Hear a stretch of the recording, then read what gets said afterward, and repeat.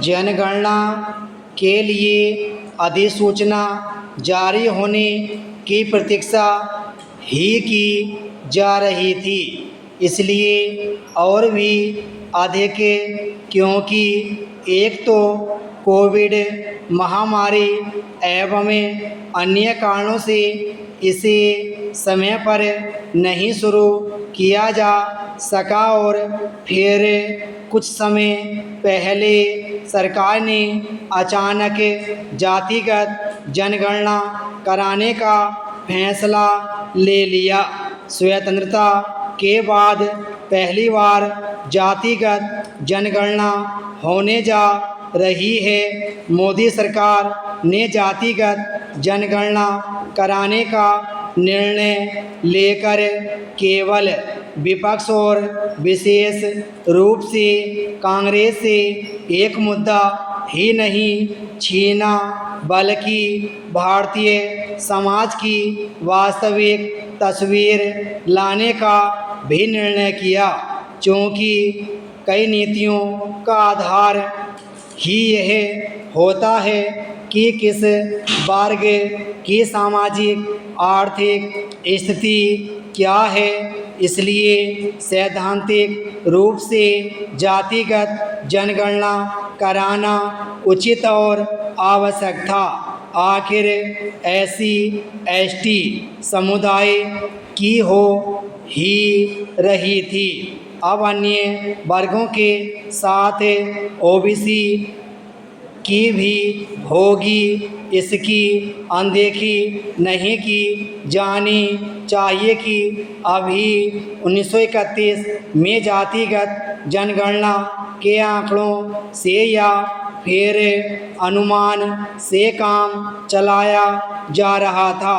आज़ादी के बाद किन्हीं कारणों से और शायद जातिवादी राजनीति को बल मिलने की आशंका से जातिवार जनगणना से बचा गया।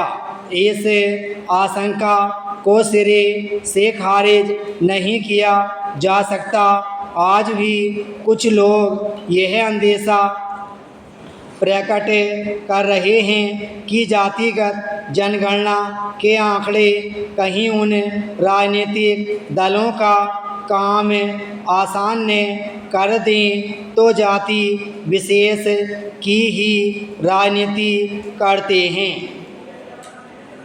सामाजिक न्याय के नाम पर समाज को बांटने वाली जाति की राजनीति नहीं होने दी जानी चाहिए। जहां सरकार को विश्व की सबसे बड़ी आबादी की गणना कराते हुए इस अंदेशे को दूर करने के जतन करने चाहिए, वहीं जनगणना की अधिसूचना पर किंतु परंतु कर रही कांग्रेस को बताना चाहिए कि आखिर उसने अपने लंबे शासनकाल में ऐसी जनगणना क्यों नहीं कराई। कांग्रेस का कहना है कि मोदी सरकार जनगणना की अधिसूचना जारी कर कोई नया अनोखा काम नहीं करने जा रही है। यदि ऐसा है तो वह बताए कि आखिर उसने जनगणना के जरिए कौन से अनोखे काम किए। अपने कार्यकाल में जातिगत जनगणना कराने की ज़रूरत को खारिज करने और फिर यकायक उसकी सबसे बड़ी पक्षधर बनी कांग्रेस ऐसा जता रही है कि जातिवार जनगणना देश की समस्त समस्याओं का एकमात्र समाधान है।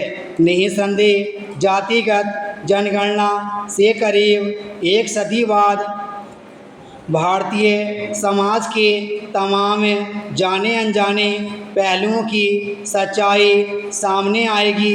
कुछ मिथक टूटेंगे बनेंगे, और सामाजिक एवं आर्थिक विकास की नीतियों को ठोस दिशा देने में मदद मिलेगी, लेकिन वह समस्त समस्याओं के हल की कुंजी नहीं। वैसे ही जैसे आरक्षण सभी समस्याओं का निदान नहीं करता, चूँकि 2021 में होने वाली जनगणना अब होने जा रही है, इसलिए अगली जनगणना 2031 में शायद ही हो। जो भी हो, जनगणना के आंकड़े परिसीमन के साथ महिला आरक्षण लागू करने का आधार भी बनेंगे।